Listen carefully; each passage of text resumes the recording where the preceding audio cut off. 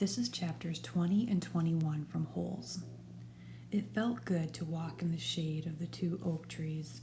Stanley wondered if this was how a condemned man felt on his way to the electric chair, appreciating all of the good things in life for the last time. They had to step around holes to get to the cabin door.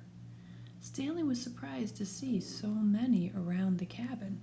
He would have expected the warden to not want the campers digging so close to her home, but several holes were right up against the cabin wall. The holes were closer together here as well, and were of different shapes and sizes. Mr. Sir knocked on the door. Stanley still held the empty sack. "Yes," the warden said, opening the door. "There's been a little trouble out on the lake," Mr. Sir said. "Caveman will tell you all about it." The warden stared at Mr. Sir a moment, and then her gaze turned towards Stanley. He felt nothing but dread now. "Come in, I suppose," said the warden. "You're letting the cold out." It was air-conditioned inside her cabin. The television was going. She picked up the remote and turned it off. She sat down on a canvas chair. She was barefoot and wearing shorts. Her legs were as freckled as her face and arms. "So what is it you have to tell me?" Stanley took a breath to steady himself. While Mr. Sir was filling the canteens, I snuck into the truck and stole his sack of sunflower seeds." "I see." She turned to Mr. Sir. "That's why you brought him here?" "Yes, but I think he's lying. I think someone else stole the sack, and Caveman is covering up for X-Ray or somebody. It was a 20-pound sack, and he claims to have eaten them all by himself."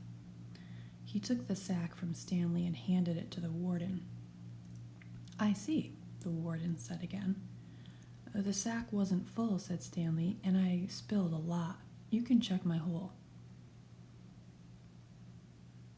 "In that room, Caveman, there's a small flowered vase. Will you get it for me, please?" She pointed to a door. Stanley looked at the door, then at the warden, then back at the door. He slowly walked toward it. It was kind of a dressing room, with a sink and a mirror. Next to the sink, he saw the case, white with pink roses. He brought it back out to the warden, and she set it on the glass coffee table in front of her.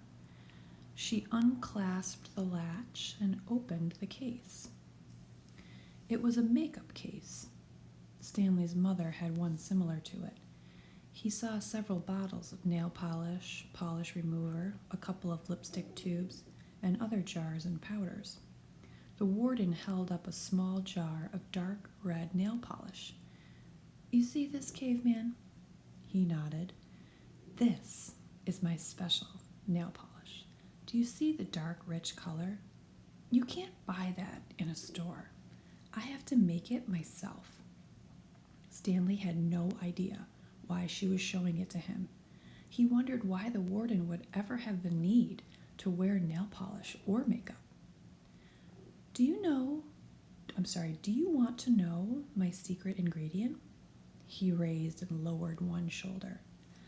The warden opened the bottle. Rattlesnake venom. With a small paintbrush, she began applying it to her nails on her left hand. "It's perfectly harmless when it's dry." She finished her left hand.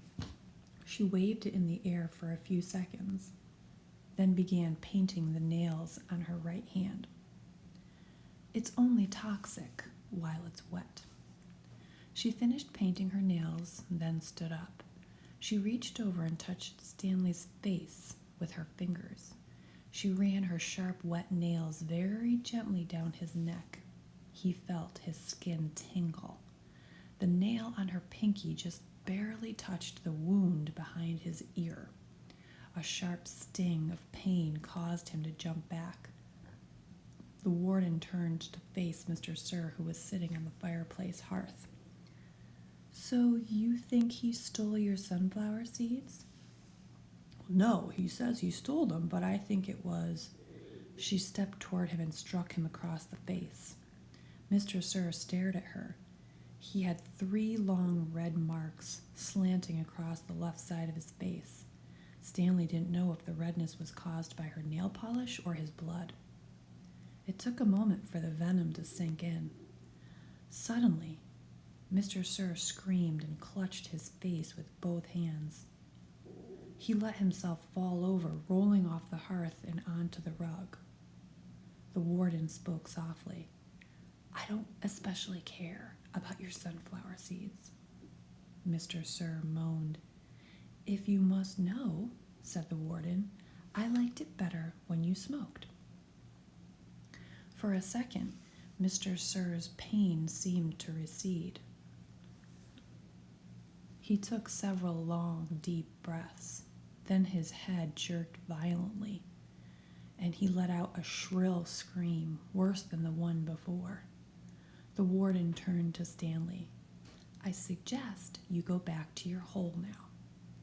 Stanley started to go, but Mr. Sir lay in the way. Stanley could see the muscles on his face jump and twitch. His body writhed in agony. Stanley carefully stepped over him. "Is he—" "Excuse me?" said the warden. Stanley was too frightened to speak. "He's not going to die," the warden said, "unfortunately for you." Chapter 21. It was a long walk back to his hole. Stanley looked out through the haze of heat and dirt at the other boys, lowering and raising their shovels. Group D was the farthest away. He realized that once again he would be digging long after everyone else had quit. He hoped he'd finish before Mr. Sir recovered. He didn't want to be out there alone with Mr. Sir. "He won't die," the warden had said, "unfortunately for you." Walking across the desolate wasteland, Stanley thought about his great-grandfather. Not the pig stealer, but the pig stealer's son, the one who was robbed by Kissin' Kate Barlow. He tried to imagine how he must have felt after Kissin' Kate had left him stranded in the desert. It probably wasn't a whole lot different from the way he himself felt now. Kate Barlow had left his great-grandfather to face the hot, barren desert. The warden had left Stanley to face Mr. Sir. Somehow, his great-grandfather had survived for 17 days before he was rescued by a couple of rattlesnake hunters. He was insane when they found him. When he was asked how he had lived so long, he said he found refuge on God's thumb. He spent nearly a month in a hospital. He ended up marrying one of the nurses. Nobody ever knew what he meant by God's thumb, including myself. Stanley heard a twitching sound. He stopped in mid-step with one foot still in the air. A rattlesnake lay coiled beneath his foot. Its tail was pointed upward, rattling. Stanley backed his leg away, then turned and ran. The rattlesnake didn't chase after him. It had rattled its tail to warn him to stay away. "Thanks for the warning," Stanley whispered as his heart pounded. The rattlesnake would be a lot more dangerous if it didn't have a rattle. "Hey, caveman," called Armpit, "you're still alive." "What'd the warden say?" asked X-Ray. "What'd you tell her?" asked Magnet. "I told her I stole the seeds," said Stanley. "Good going," said Magnet. "What'd she do?" asked Zigzag. Stanley shrugged one shoulder. "Nothing. She got mad at Mr. Sir for bothering her." He didn't feel like going into details. If he didn't talk about it, then maybe it didn't happen. He went over to his hole, and to his surprise, it was nearly finished.